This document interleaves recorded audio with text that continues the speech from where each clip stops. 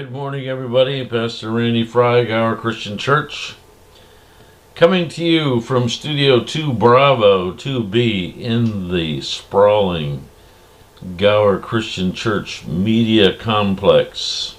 Man, what a day. It's 7 minutes with the Savior. And I started the timer. Well, actually, what a week, man. It's been busy. Folks coming in to the office. And got some events to get ready for this weekend. And just a busier week than normal because of all the things we got going on, which is great. It's a good thing. And we got some exciting things coming up as well.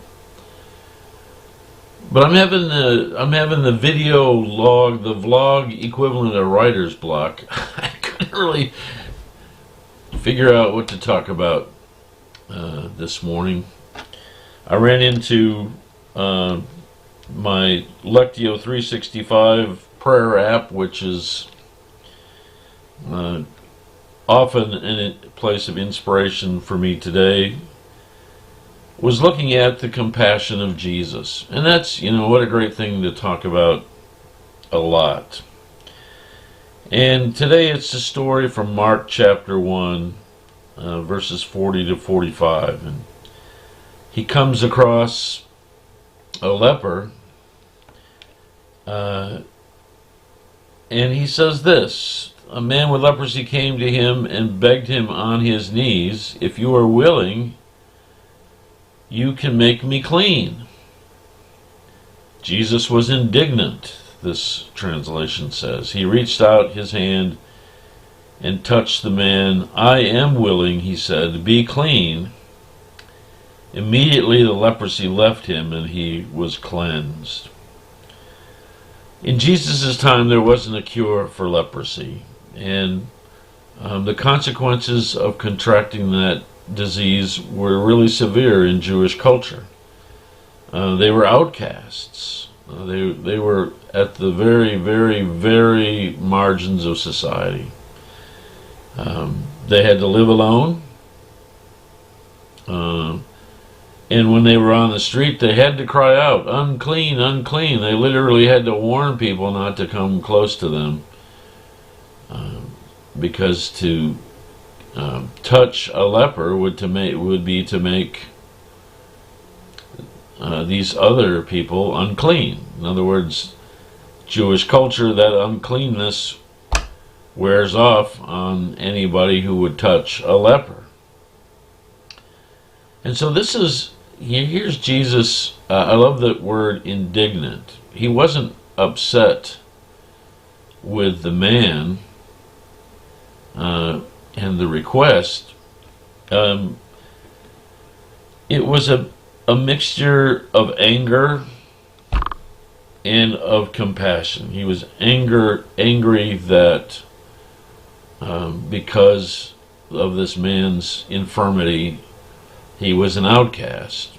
And of course, he had compassion for the man as well. And he does something that Jewish people weren't supposed to do. He reaches out and touches the man as part of the healing. He breaks Jewish religious law.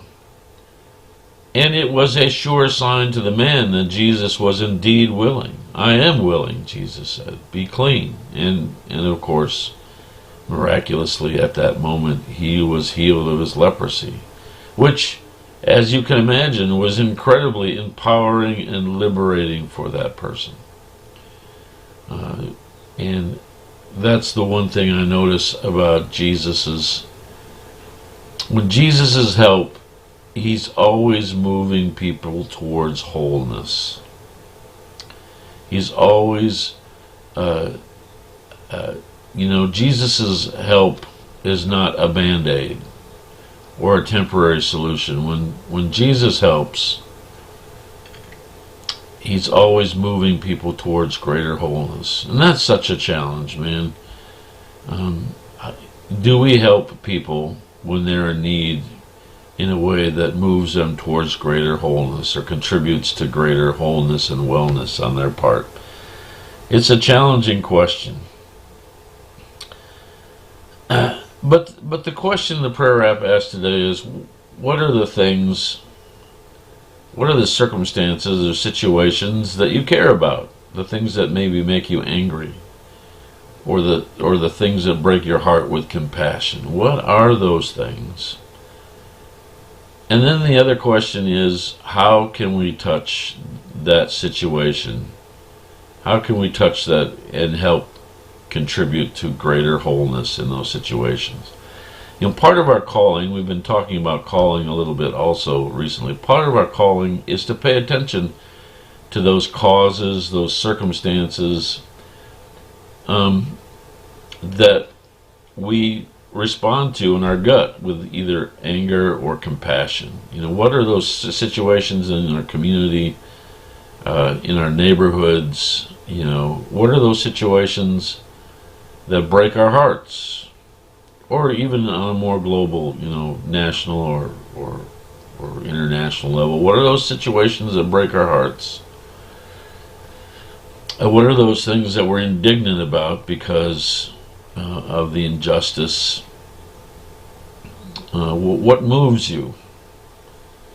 And then the other question is, how can we touch those situations and contribute to greater wholeness? I was proud of my son Jesse. He saw pictures of the aftermath of Hurricane Ida, and he just turned to me and said, I should give, and it was an appeal by Red Cross. And he just turned to me and said, I should give something for that. I want to give something for that. And I said, well, you can, man. We can get on their website and you can give them whatever you want. But it was just such a natural expression. He saw it, and he was concerned about it, and he recognized that one of the ways that he could touch that situation in his circumstances was to contribute to Red Cross, to the people that have the boots on the ground. And that's such a cool moment for me, that he just that's a part of the expression of his faith. But we can all do that, and we all have those issues that we get as indignant about, angry, or our hearts broken with compassion. Think about those things, and make a commitment to touch those circumstances in a way that can contribute to greater wholeness.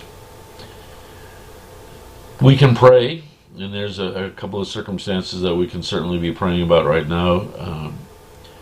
Over the weekend, the brother of Levi Jones, Lucas Jones, was on a highway with his tractor and rear-ended by a semi, suffered some pretty significant injuries, as well as the truck driver. And he's in a hospital in Springfield, Illinois. So we want to pray for Lucas Jones. Levi is in Illinois, taking over some of the farm work while his brother is recovering. So be praying for Levi as well. We want to remember also Geraldine Meyer. This is Marlon Meyer's mom, who's in hospice care, and Marlon and his wife Teresa are doing a lot of the caregiving, so we want to remember them all, Geraldine Meyer and Marlon and Teresa. Lots of events coming up. Men's breakfast this Saturday morning at 7 a.m. We invite all men to come and bring a friend. Friends are always welcome. Worship, of course, at 10:30 in our sanctuary or online through Facebook and YouTube. Youth group meets at 6 o'clock Sunday night at the AFC. So 6 to 7:30 we have a meal. Probably going to do Simple Simon's Pizza this week. So if if a food is a good hook for you, come on, we'll have some good pizza, and just start getting to know each other for the new school year. That'll be a lot of fun. That wraps things up for me. Until we meet again online or in person, I bid you peace.